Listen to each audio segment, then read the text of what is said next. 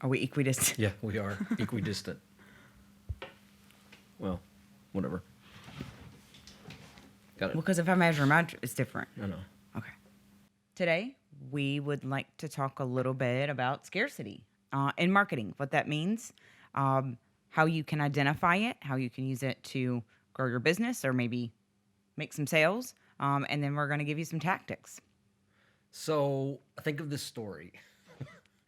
I had a dining room table. Yeah. My wife and I, dining room table, right when we got married, and it was a from an antique store, so like a yard sale. That's what it. And it was an old '50s table, chrome around the edge, like linoleum top or whatever. I mean, so a little rust on the legs or whatever. So we get a big boys table, like a real dining room table, a wooden one where we can have guests and stuff. So we go, hey, I'm gonna sell it, $200. I put it online. The guy shows up, backs the truck up. That's the key. He's ready to buy. Puts the tailgate down, comes into the garage, and then he starts what we call like picking at it or knocking it down. Yeah. So he says, hey, a little bit of rust on those legs. I'm like, I knew the pictures were good enough. He saw it. I'm like, yeah. And he goes, oh man, I didn't know that those torn chairs. Think those can be repaired? I'm like, look, I get it. I'm from this world, okay? Yeah. I grew up in pawn shops and yard sales and this kind of thing. I'm like, he's knocking it down, is what he's doing. He's chipping it away. You're gonna get a better deal, right? Mm-hmm. So, but it kind of, I was like, hey, wait. I mean, it's a little not fully emotional about it, but I'm like, man, that's a table. Like that was our first. Hey, wait a minute, you know? And you had memories. I had memories. So, I played a little game. Yeah. I said, she's a good table. I grabbed some Windex, sprayed it down, started cleaning it. I said, I tell you what, this old table could talk. And he's like, I go, might even have room for this down in the game room. Kind of a puzzles table. It is a nice table, isn't it? And he never said it was a nice table. And he goes, he's reaching for that wallet. And I'm like, oh, wait, he was picking at it. He pulled $200, threw it down on the countertop, grabbed it like he was stealing it. It was like if he hadn't thrown down the money, it'd be theft. He grabbed that table, boom, threw it in the truck, and I go, hey, wait, I'll take another look at that. And he was like, boom, slam that gate, whoop, he's out of there. And I'm like, wait a minute. I'm like, that was fun, but more than that, I was like, what went on there? Mm-hmm. Something happened, right?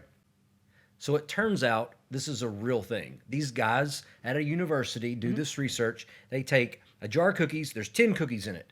Thousands of students. What's one cookie worth? So they had an average value of that cookie. Then they took out 8 cookies, same jar, same cookies. Now there's just 2 cookies. Asked thousands of students, what is the value of one of those cookies?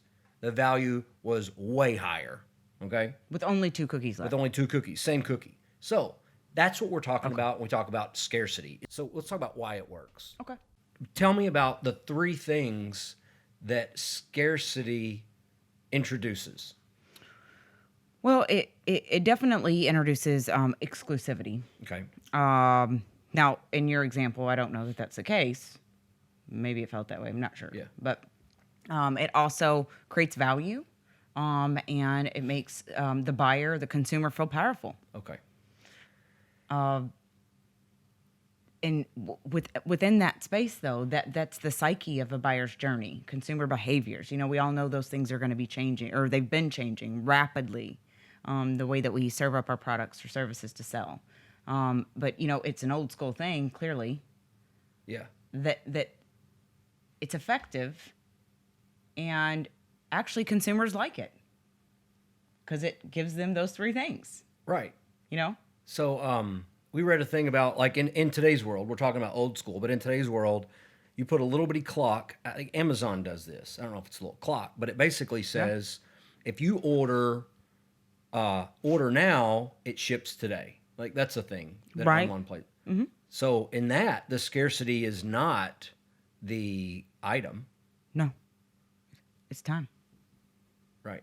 So you only have X amount of time in your life. And if I'm going to waste the next 5 days waiting for this item that I don't get to spend time with, it's a time scarcity thing. So that's a very effective way, like in e-commerce and on websites. Yeah. Let me give you another example. Okay. We've all seen the ad, or seen the little clock at the very bottom. I think you were going to touch on this, so there's a little clock at the very bottom, and it says for limited time, this item's on sale. You have 20 minutes, and the clock's like counting down, and you're looking at the product that you want. I could miss out. I only got 20 minutes. I don't even have time to go back and like look anywhere else to go, is this a good deal or not? I just know I don't want to miss it. So I'll click the button, I move through, and I buy the thing. So one thing that we read in the study was like sales rose during that 20 minutes over 200%. It drove sales. So typically if you have like 10% increase in sales, everybody's high-fiving. Yeah. Yay. Over 200%. Right. That's awesome. Like, but it's gutsy for a company or a business Yeah. to do that, to go, you only got 20 minutes to buy it, then I'm taking it off the table. No pun intended. Yeah. Right. So that's a tactic. So the time, scarcity and time's a tactic. And by adding that either next day option or that little clock at the bottom will move people to buy your product or service a lot faster. What's another tactic? So you've got like seasonal. Yeah. So if I think, like, let's say seasonal ad for clothing, like as soon as the time frame is slipping by, and I can't get it, let's say it's like fall sweaters. Well, when that's over, the next batch of sweaters next fall is different, right? Right. And so as that starts to count down, that scarcity drives up too. So what you do in the beginning is you go like, this is all we have.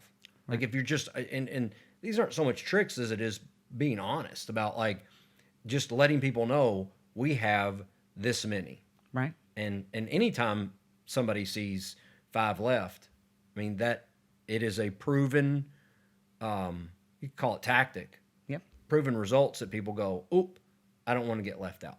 Right. Yeah, it's genetic. It's survival, goes back millions of years or hundreds of thousands or whatever. That it's where that comes from. It's a human behavior thing. Yep. Well, and by the way, again, it's effective. Yeah. That's the most important thing, right? Right. Because it's giving the consumer what they want, and then it's also driving sales for the business. Cool. So the last tactic is one that we all fall into, and it's an exclusivity thing, and it's going to be a limited edition. So they're going to release a product. They're going to have a certain set of number of these products, which will be remanufactured, right?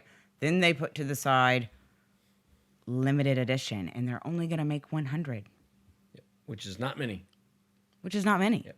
Well, that will drive sales. But people are going to pay more for it just because it says limited edition on it. Fact. It is a fact. Talk to me about scarcity in service. Girl, who did your hair? Oh my gosh, it looks amazing. It's on point. I want my hair done. Give me the name of your stylist. She gives me the name. I call the stylist. It's a 4-week wait. What does that do, right? Yeah. Well, number one, I've just saw her work. 2, I gotta wait 4 weeks. I'm booking the appointment. Like, it's exclusive to me. Like, it's like I can't wait to see her, and I really don't care what she costs. By the time I sit in her chair, she could probably charge me, $200 an hour. I don't. Like, I'm gonna look fabulous. So the path is scarcity, and then so in that case drove value, and so she cashed in on the value by charging more. So Right, because it's exclusive.